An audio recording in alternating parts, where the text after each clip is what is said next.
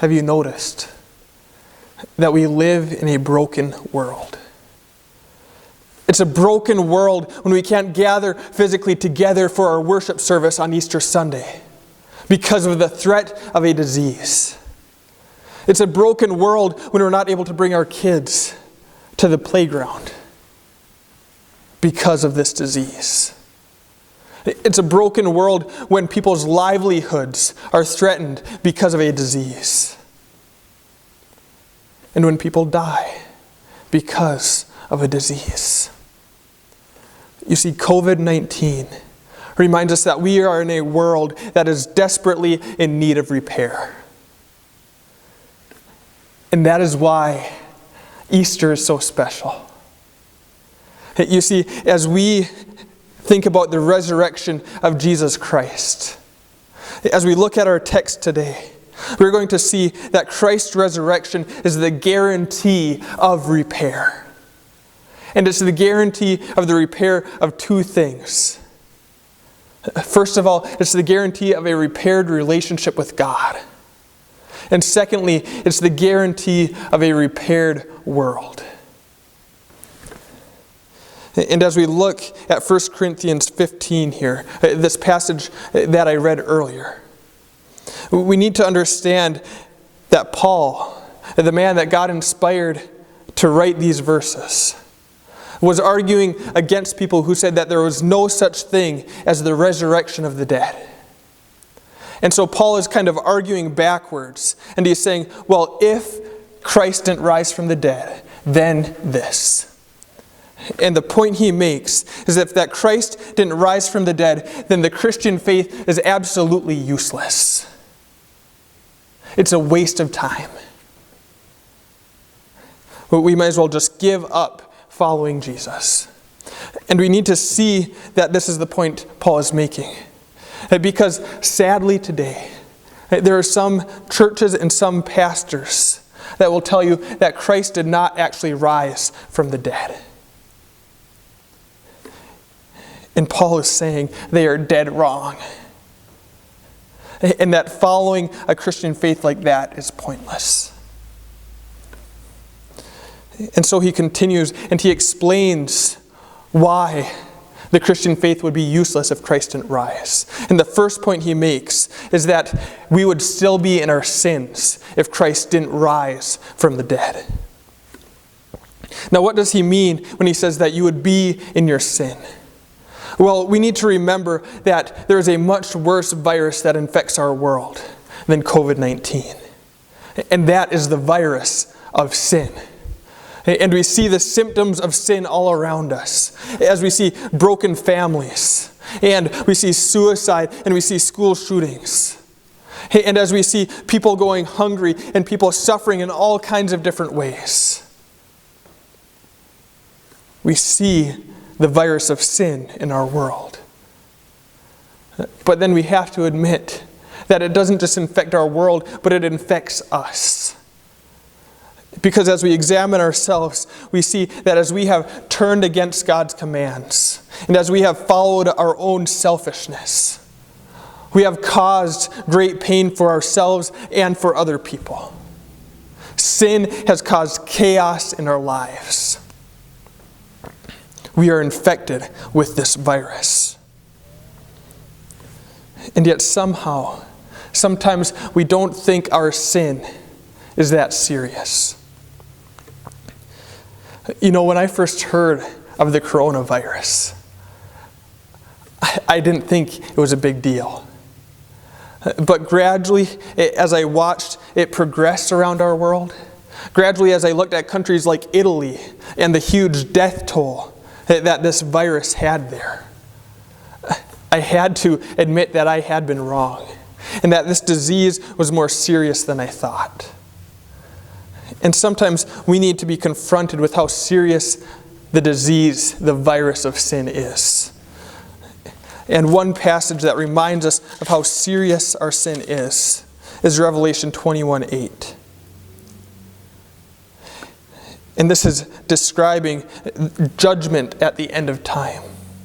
And it says, "But as for the cowardly, the faithless, the detestable, As for murderers, the sexually immoral, sorcerers, idolaters, and all liars, their portion will be in the lake that burns with fire and sulfur, which is the second death.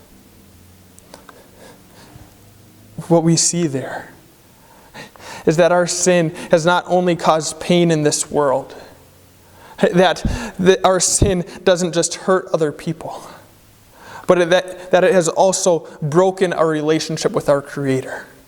And it makes us deserve hell. And that is the punishment we deserve from God, and the punishment that we will get from God if left on our own. And as we look through that list, we could excuse some of those things and say, I'm not a murderer. Though if we see Jesus' definition of murder even being hating someone, then we have to confess we're murderers too. But then it talks about idolaters. That's worshiping things other than God, looking to them for meaning and fulfillment and satisfaction in ways that we should only find it in God. Or liars. There's no one who has never told a lie. And so we deserve the lake that burns with fire and sulfur. That is how serious our sin is. And so before our broken world can be repaired, the problem of our sin had to be dealt with. But that's the beautiful thing about our God, is that He wasn't content to just leave us in the brokenness of our sin and to leave us in a broken relationship with Him. No, instead, He developed a plan from the beginning of time to save us from our sins. And that plan was that He was going to send Jesus, His very own Son, to take our punishment for us. That's what we just celebrated on Good Friday. Remembering how Christ died on a cross, taking upon Himself the wrath of God, so that your sin and my sin could be forgiven. But here's where the resurrection comes in. How is it that we can know that Jesus got the job done? How can we know that Jesus dying on the cross was effective to fix our relationship with our Creator? This is why Paul is saying that if Jesus didn't rise, you are still in your sins. If death defeated Jesus, if His enemies defeated Him, if Jesus stayed dead, apparently the powers of evil won. Satan won. And so why would we believe then that our relationship with God had been repaired? But indeed, Christ did rise from the dead. And so we can have confidence that as we believe in Him, our relationship with God really is repaired. That we stand forgiven without guilt before God, because Christ took our guilt for us. For those who believe in Jesus, the resurrection is the guarantee of our repaired relationship with God. And then it's also the guarantee of a repaired world. Why should we believe that God actually has something better for us after this life? Again, Paul says that the reason we should believe that there is something better, that there is a repaired world, is the resurrection. As we think of the brokenness of our world, it really could be summarized by death, couldn't it? Things decay, things die, people decay and die. Death is a terrible enemy. It's an enemy that no one escapes from. Everyone dies. And if Jesus couldn't defeat death, then why should we believe He can repair the rest of what is broken? But the truth is that Jesus did rise from the dead on Easter morning. And so we can be confident that He can repair the rest of what is broken. But as we look around us, things are still broken, aren't they? And here's where we need to understand that we live in the already but not yet. That Jesus already, as he died and rose again, defeated sin, death, and the devil for us. And he repaired our relationship with God. And yet we don't yet fully experience that victory.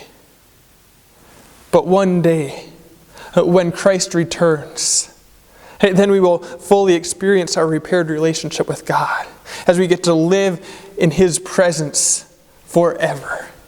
And we will fully experience Christ repairing the world as we enjoy the new heaven and the new earth with him. And that's described for us back in Revelation chapter 21, verses 3 and 4.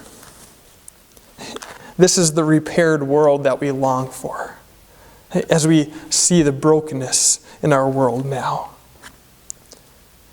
And I heard a loud voice from the throne saying, "Behold, the dwelling place of God is with man. He will dwell with them, and they will be his people, and God himself will be with them as their God." That's our repaired relationship. He will wipe away every tear from their eyes, and death shall be no more. Neither shall there be mourning, nor crying, nor pain any more, for the former things have passed away. And that is the repaired world.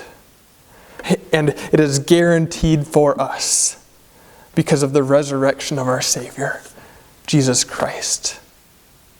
Amen.